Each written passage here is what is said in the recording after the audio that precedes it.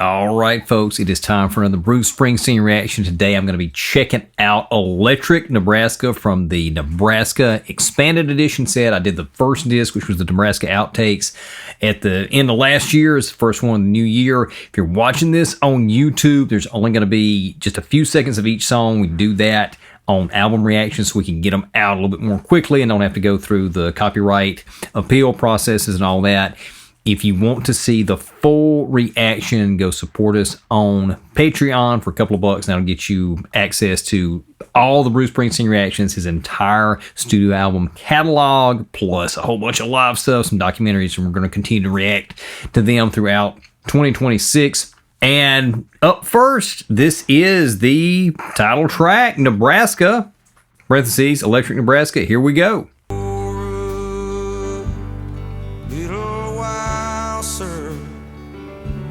Yeah, man, that was great. That was great. Nebraska is my favorite album. If you watch these reactions, you know Nebraska is the first Bruce Springsteen record that I checked out, and it's remained my favorite, even though I've gone through his entire catalog at this point. And the reason I like it so much is because of the stripped out acoustic raw feel. But this was really good. This it didn't really change the feel, the vibe that much from the original acoustic version. It very much kept that same stripped out feel, even though we had more instrumentation. We had some electric guitar, we had bass, we had kick drum, we had little keys, some other little bits here and there. But it still felt very sparse. And I really, really dug this. May even like it with that little extra bit of instrumentation than just the straight acoustic stuff. I feel like this is basically the same instrumentation that I use in a lot of my tracks. It's like a little bit of electric guitar, acoustic, light drums, bass, and little keys. Like that's just the basic things, very stripped out, but still some production value, still some instrumentation there. And that's what Bruce did with this version here. I really dig it. I don't think it would necessarily been a hit had it been released in that time period in the 80s, but I think it would have been an incredible track to have been on an album at the time. So it's really interesting that Bruce just felt like that the tracks as they were raw, recorded as those demos in the house during those sessions, was how the record was supposed to turn out. And I'm glad he released it like that, but this is a great track, great version. And again, I may actually like this better than the original acoustic version. I don't know. All right, up next, Atlantic City. I can't wait to hear how this sounds. I wonder if it's going to sound similar to the Live in New York City Atlantic City version, which I absolutely love. I listened to the Nebraska Atlantic City and then the New York City live version almost basically back to back whenever I first started doing these reaction videos years ago and started getting into Bruce. And both of them were just incredible. I love both of them. It's hard for me to say which one I like better, but there's something about that live cut with the full band, particularly at the end where he's leading this like he's leading a choir up on stage in church, leading a choir. That's something that's really special about that performance. I doubt that's going to be on here because you don't have that stagemanship on these studio cuts and a live audience. So I'm sure it's going to be different, but I wonder as far as instrumentation and arrangement if it's going to be similar to the live version. All right, here we go, Atlantic City.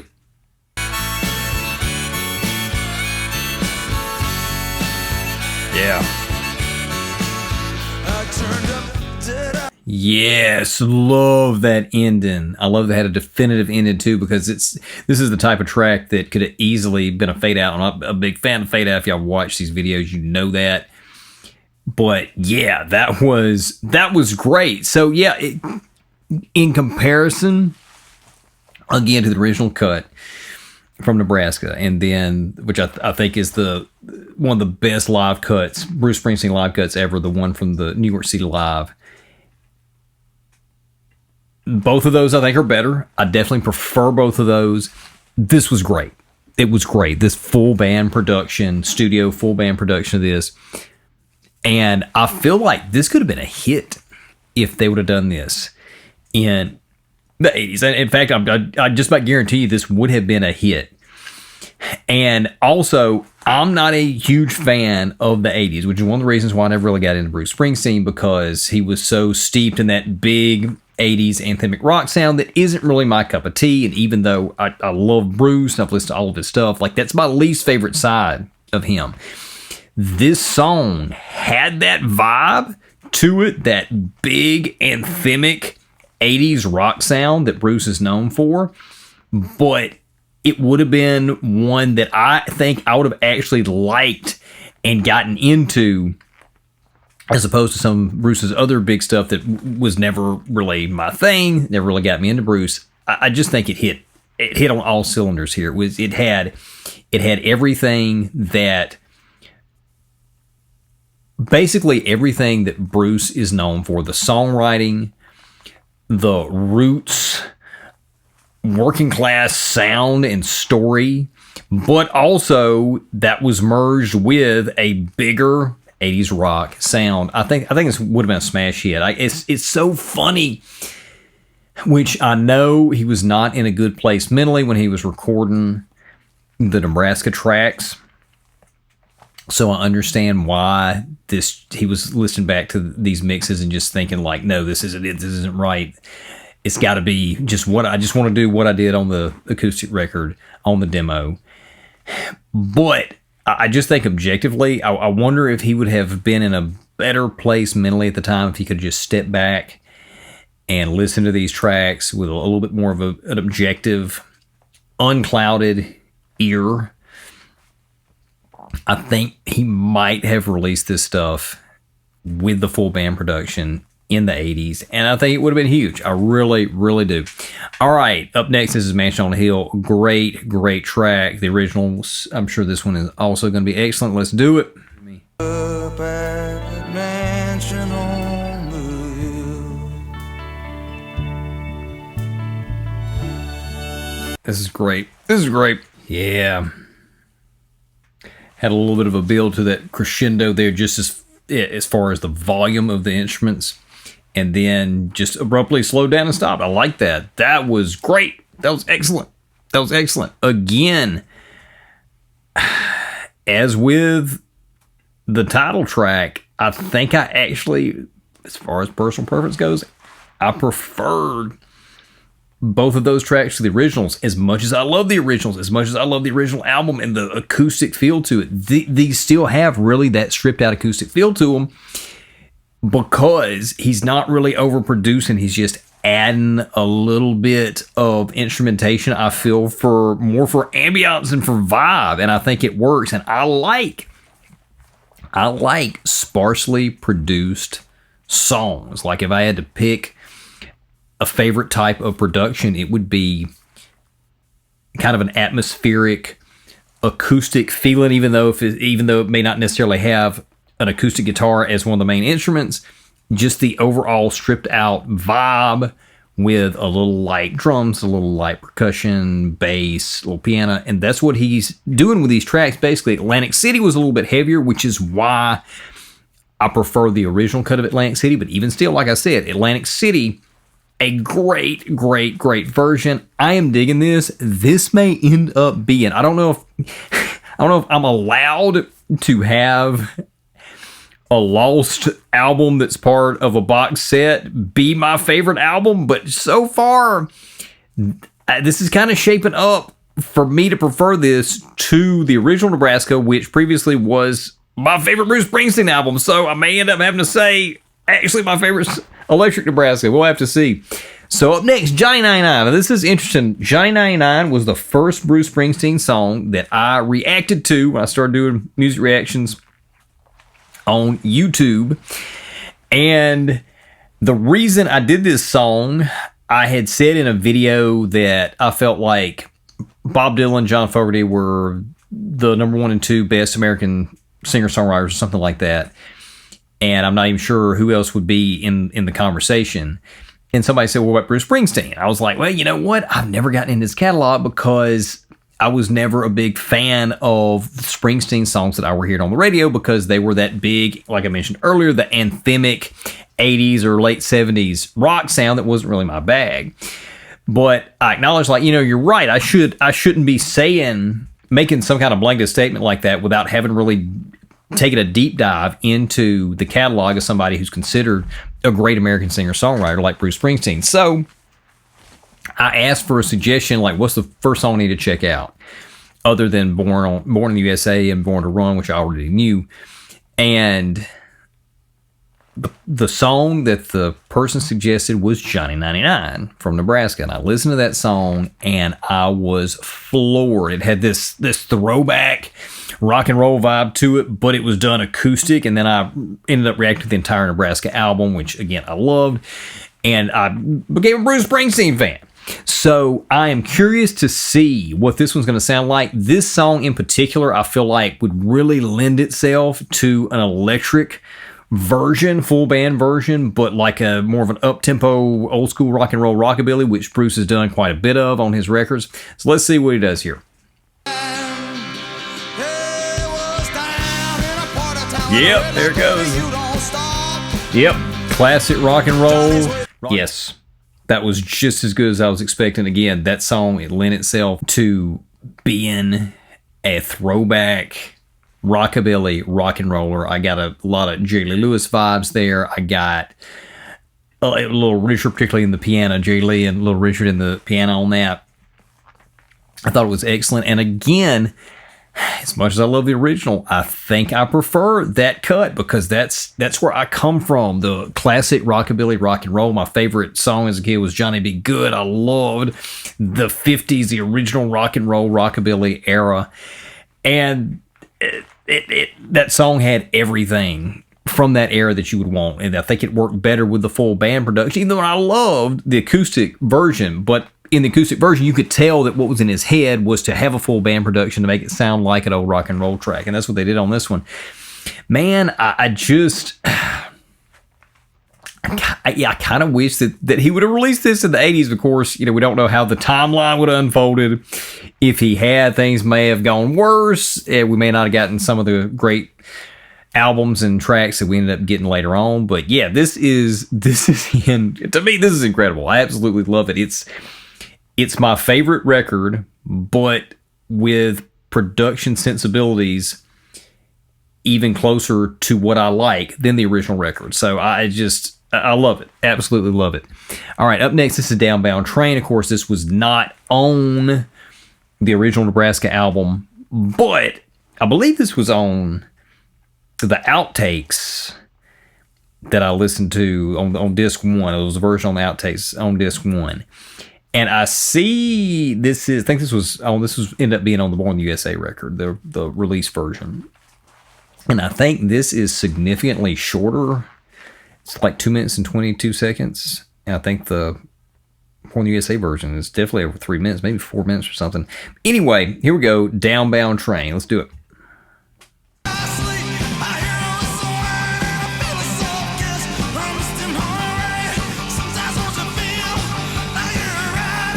Yeah, totally different vibe from the original cut. The released cut, I should say. Yeah, that's probably my least favorite track from the record so far. Even though I do like, again, just like Johnny 99, it's very much a throwback rock and roll feel. And I definitely like it better than the originally released track because this is just more my preference. At the same time, this one just wasn't quite as good. Certainly wasn't as much of my cup of tea as the rest of the tracks have been. But still, very good. I think it would have been great as an album cut or even it could have been a B-side to a single if Bruce had decided to release a record with these songs on it back in the day.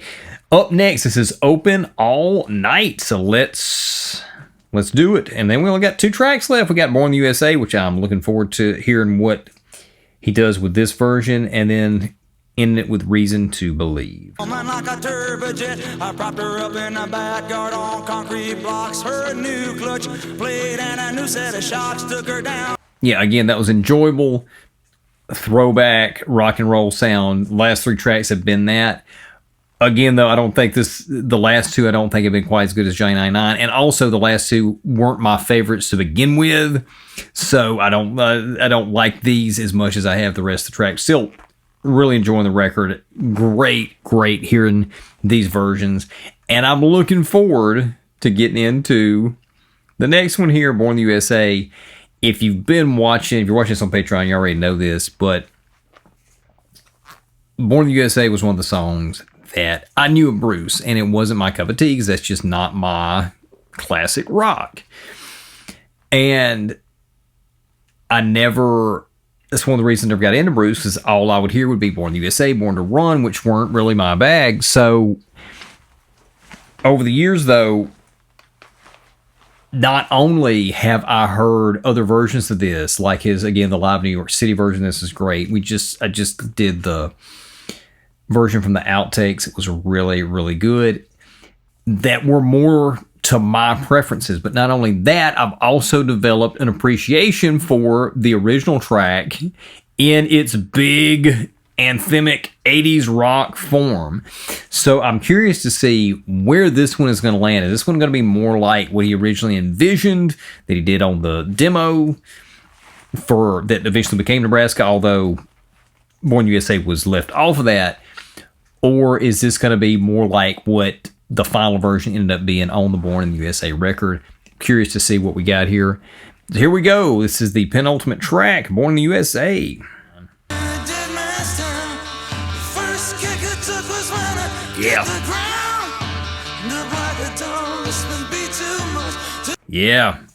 Yeah. Yep. Great. Yeah. Love that. Might be my favorite version of this song, even though I go back to the live in New York City version that he did acoustic, but this is obviously like coming from the original idea he had for the song that he did on the original demo, but with a full band, and very much dark, swampy, Creedence-y. Even the guitar lick, the opening riff there sounded very much like John Fogerty. The fact that this is kind of a protest song, also in the John Fogerty Creedence wheelhouse. It's got CCR written all over, which I love. It's great. And the production I thought was excellent. I love the whole different structure of the song and the melody. I prefer this to the original release version. I will say, had he released this instead of the version that we got, and everybody knows, and was a big hit, he may have still gotten a hit out of the song, but I don't think it would have been as big of a hit, because what the original release version did was tap in to the 80s sound that was popular at that time, and that's why it became so big. And I don't know if this would have done that. This one would have almost been a little too dated to have been that big of a hit and to have had that kind of cultural impact that the song ended up having in the iteration that he released it in. But I still, personal preference, that one, if not my favorite version, is going to be very close, and I definitely prefer it to the original, even though I think it was probably best that Bruce did what he did with that song for his career and for the cultural impact that it had. All right, this is the last song. This is Reason to Believe. Let's check it out. Yeah.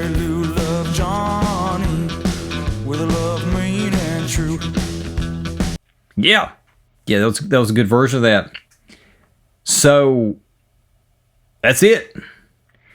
And it's funny to me that Reason to Believe is the last track on the original Nebraska, right? Yeah, so it's really interesting. I think that I said this whenever I reacted to Nebraska, which has been 3 years now, which is insane. And Reason to Believe isn't one that I go back to listen to Atlantic City is another story. But I think I said on that, whenever I originally listened to the Nebraska album, that I thought Reason to Believe was an interesting closer. And I don't know if he had that in his head the entire time whenever he was working with these tracks, if that was going to be the closer or not. But it still feels like an interesting closer, a strange closer to that group of songs, even though it's a little bit different group than what appeared on the original release, on the acoustic release. But regardless, I thoroughly enjoyed that record. Nebraska, again, I think I prefer that to the original. Atlantic City, don't think it's as good as the original. I don't prefer it to the original. Also don't prefer it to the live cut, the New York City live cut. But it was great. I loved it. Mashed on the Hill, again, I think I prefer that to the original. China 99, also think I prefer the original. Downbound Train, not a big fan of the song. Definitely like this better than the version that was on Born in the USA. Open All Night, also not one of my favorites, but really, really enjoyed this version of it. Born in the USA, maybe my favorite version of the song. It just checked all the boxes for me personally. Very much reminiscent of my favorite band of all time, favorite artist of all time, CCR. And then Reason to Believe, it was a good version of the song. I still think it's an odd closer to the record. But yeah, and again, I said in one of these songs, it may have been Reason to Believe, I can't remember now, that it's kind of funny to me that he was in such a throwback rock and roll mood when he was writing a lot of these tracks. You can hear that all over several of these. Like half of this version of the album, there's 8 songs on here, half of them are that throwback rock and roll or rockabilly sound. And then the other stuff's kind of a little bit of mixture. Nebraska and Mashed on the Hill are very much stripped out, easy feeling.